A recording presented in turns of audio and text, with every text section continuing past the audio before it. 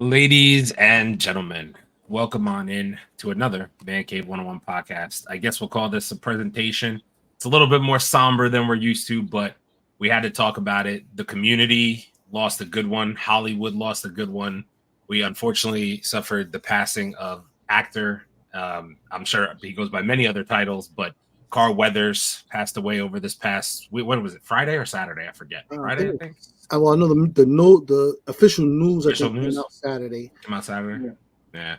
So, Carl Weathers passed away over the weekend, and many of you would know him from a variety of movies. Where do I begin? Oh, before we actually talk about it, let me introduce the guys. I apologize. Brooklyn in the house, Big Chase. What's happening? Hey, what's up, man? You talk about Black Star Power, you definitely talking about Carl Weathers, man. That's it. And of course, live from the Man Cave, it's Caleb the Mama I got. Leo, what's happening? What's good, people? What's good? And I, of course, your man in the chair, Aaron. So yeah, like I was saying, a lot of people would know Carl Weathers from a variety of roles. Obviously, off the top of my head, he was in Rocky, he played Apollo, he was Chubbs in Adam Sandler's Happy Gilmore off the top of my head. I'm sure you guys probably know more movies that he's Action in. Jackson, Predator. Predator. Yeah. Oh my God, I forgot he was in Predator. Predator. Yeah. You got to go back to movies like what was it? Not Bucktown. Got to go to Bucktown. The old blaxploitation films. He was a young buck then and whatnot. Yeah. He was in those movies. In movies with Yaphet Kotto and man, listen, you talk about an icon shining, bro. Yeah.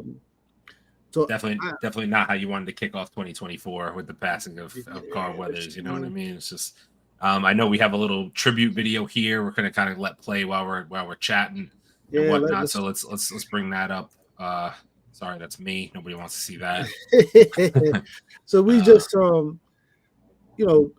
we felt like we needed to definitely kind of throw some shine and celebrate Carl Weathers, man. He has been around forever, literally. You can see him in here, a little action scene with Yaphet Kotto, another icon and whatnot. He has played some of every kind of character on all kinds of levels. Obviously, the most iconic being Apollo Creed in the Rocky series and whatnot. I know for me personally. Wait, that was his commercial. I remember that. Yeah. Oh my God, I remember that commercial, bro. I remember being Star Wars. I forgot he was Star Wars. Star Wars. Most recently, man. Bro. I don't mean to interrupt you. Him and when I think that was probably my first introduction to him was probably Happy Gilmore. He was so funny in that movie. He was hilarious. He was also a Little Nicky, right? He was in. I think he might have. Oh yeah. He was the angel in Little Nicky. He played an angel in Little Nicky. It's all in the hips. Yeah, it's all in the hips. Yo. Oh man, he was underrated actor. Like just the versatility he had to play funny role, serious role. Like it's crazy. It's crazy. Listen, you gotta be a certain kind of guy that he just had a lot of flexibility. Like I said, my first time really remembering seeing him was obviously in the Rocky series, which was just iconic in and of itself. Holy wait, but we gotta hit this though. Wait, he was in Death Hunt. He was in Toy Story Terror. He was in Toy Story 4. He was in The Comebacks. I forgot that he was one of the. He was the coach for the bad team on The Comebacks. Yo, that movie is hilarious. Yo, talk about versatile. Holy shit! Listen, man, he has played some of everything, and the crazy thing was he was a football star early in his career. Yes, he was a football star in his career. He played for several colleges in California. Listen, man, it's just like I said, he's been around forever, and you know who he is. You've seen his face. He's played some of everything. You respected his body of work. Listen, he will unfortunately always be Apollo Creed for me. Because, dude, this is right here. My father, when I was a kid, he's the first thing that I can remember that me and my father watching the movie. He was like, "Come here, I'm gonna show you some shit." Guess what was the first movie he put on for me? Was motherfucking Action Jackson. Action Jackson. When he was hitting that big dude in that movie, it was one of the funniest damn scenes because he just kept hitting him. And then there was another scene from Action Jackson. It brings back so many good memories. Oh wow, I forgot about so that was the Pam Grier. There's an episode of Good Times right here. Yeah. He plays the jealous husband on Good Times. And you know what else is crazy about him being Apollo? If you really think about it, obviously I'd say it like this because obviously Rocky in and of itself was its own franchise, but then he was the continuation of the Michael B. Jordan iteration of Apollo. You know what I mean? He was the lead up to that because he was basically his. Because listen, we all know that this Rocky handshake was tough. It was written for Rocky, but you knew Apollo was a star. Yeah, like we understood they wrote the story where Apollo, kind of loses or whatever. But bro, there's no denying that Apollo was a star, bro. Mm-hmm. God, it was such a good movie. Mm-hmm. And when that last scene, if you ain't have a heart when he was fighting Clubber Lang and he was going through that training montage, him and Apollo, and that last scene where they go back in the ring.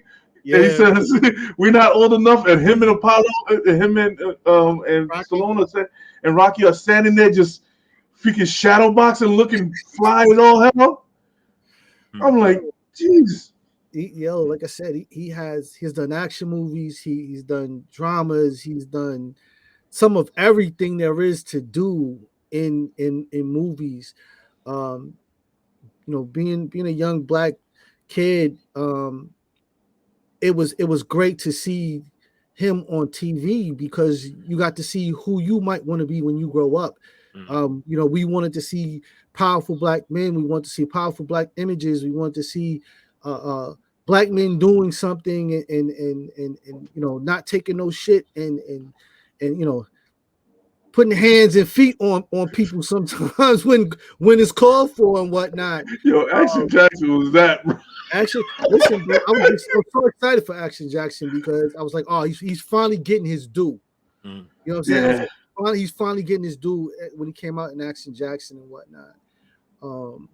Because he needed his own thing and whatnot. And then, like I said, he did some of these other more dramatic and comedian based roles, which just showed his flexibility and showed his ability to not be pigeonholed into any one thing. And that's, and then he just he was like what, 80, they say 80, 83, 80. No, I think he was actually 78. I want to say. Hang on, I'll double check. I mean 76. 76. I mean, bro, listen. He looks good for 76, bro. Yeah, he looks good for 76, man. Like, got the Gator's head. Gator's head. Man. So pause for a minute. So sure. Here's a story here. This scene right here, people don't know. So when he falls out of the window, right here. Most people don't know that Carl Weathers actually got injured. Did he really? So the idea was he's supposed to fall out and fall onto one of those air pillows that they use for sleeping. But apparently they didn't place it close enough to the wall, so there was space, and he ended up falling with his back and head on the pillow, but the lower base of his spine ended up hitting the wall. And for years, he suffered. He had a lot of pain. He had a couple of surgeries, I believe, or whatever. They were trying to get the bones to fuse. He was in pain for quite a few years. And the crazy thing was, after he got hurt with this, they said that they were willing to stop shooting, and he told them no, keep going. And he did a couple of more rounds of shooting, and then he finally had to call it because even he had he was just in too much pain at the time or whatever have you. But yeah, it was kind of a wild story. I like, wow. Man, the man looked good, bro. He looked, Jesus. Listen, 76, he looks good, bro. He looks good. I also remember back when, Oh my God, right there. That fucking Mandalorian scene, that fucking classic. I remember back when Toy Story, the original, came out. He voiced Combat Carl. Yes. And Combat Carl originally didn't look like him, and then they changed the character to look just like him. And I was like, oh, that's how you know you even though he wasn't like the major character in the thing, they actually changed the action figure to look like him because the voice was so iconic and it stuck. You know what I mean? Like, right. And they got that. And they got that from Predator. They based that character exactly from Predator. Exactly. Wow. Yeah. Man, I didn't even know he was in the heat of the night, bro. Yeah, I think so, but I don't remember what cat. But that's what I'm saying. Like, you gotta remember, he was young at those points when they played in some of these shows. Like, probably was still in his 20s, so you just probably weren't really paying attention to him. And the later generations coming from beyond, especially behind us, they wouldn't have watched some of those movies. From like things like Barnaby Jones, which is like he was in what, Mando and Star Wars? But yeah, he was in Mandalorian. Yeah, Mandalorian. Oh my God,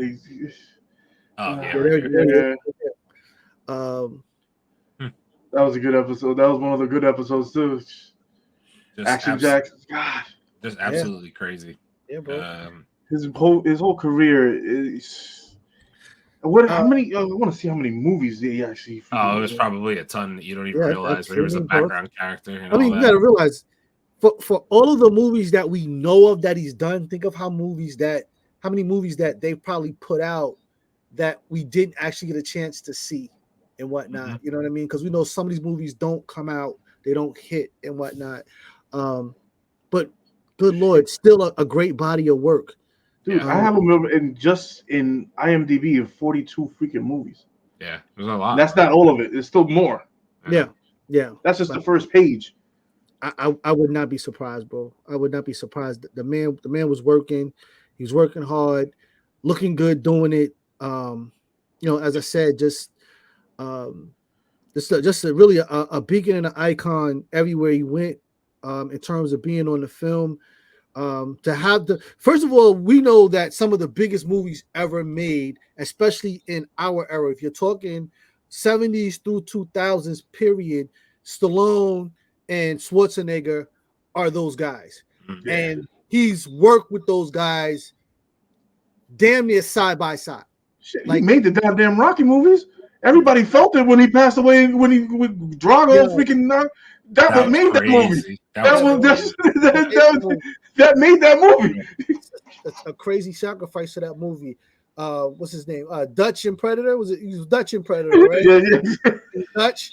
Yo, that fucking handshake. When you see when a guy was working out, and you see him and Schwarzenegger just do that, I was like, Jesus Christ, that's a lot of protein shake right there. I was like, how much? No reason. I was like, yo, how much baby oil did they waste on y'all motherfuckers every day? Because that shit hurt me when they did that. I was like, shit. You just jacked for no reason, bro. A lot of testosterone in the film. Dude, I was like, there's no human dude. If you see that handshake, and you see when they first meet each other, he's about to rip his shirt. And they're literally doing an arm wrestle in the air. I'm like, come on, man. It's all right. One can win. It's okay. Let it go. It's gonna be all right, man. It's gonna be all right. Yeah. So I guess what we're trying to say is obviously a horrible loss. Not the way we wanted to start off early 2024, but obviously condolences to his family, friends, everybody close to him. It really is a tragic passing.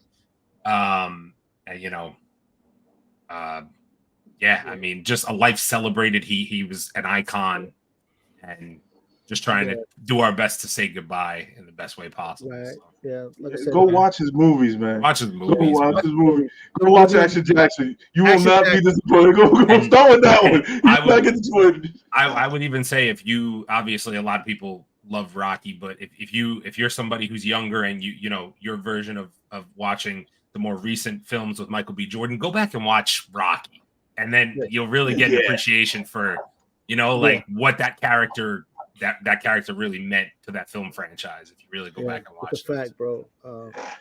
Well, listen, I mean, one of the reasons that we wanted to do this is because we just wanted to pay our respects, but also show our love and just really salute the man on screen. We didn't know him personally, but Lord knows he's a part of our families and coming through that TV screen and coming through the film and whatnot. I know for me personally and me and my brother and my father, we've probably seen everything he's ever made. So we just wanted to take this moment to just say, God bless, rest in power and sleep in peace, and just thank you for all that you did. Yeah, thank you for the lifetime of work and literally putting it all on the line and making the classics. It's a fact. And you can say that they're classics because they still hold to this day. Still hold. And you can't make another one because of your acting and because of the way you portrayed it. It's a fact, bro. And I just want to send blessings and healing and love to your family. Hopefully, it's hard for anybody to take, but I just hope that they receive the love and the prayers that everybody should be sending their way. It's a fact.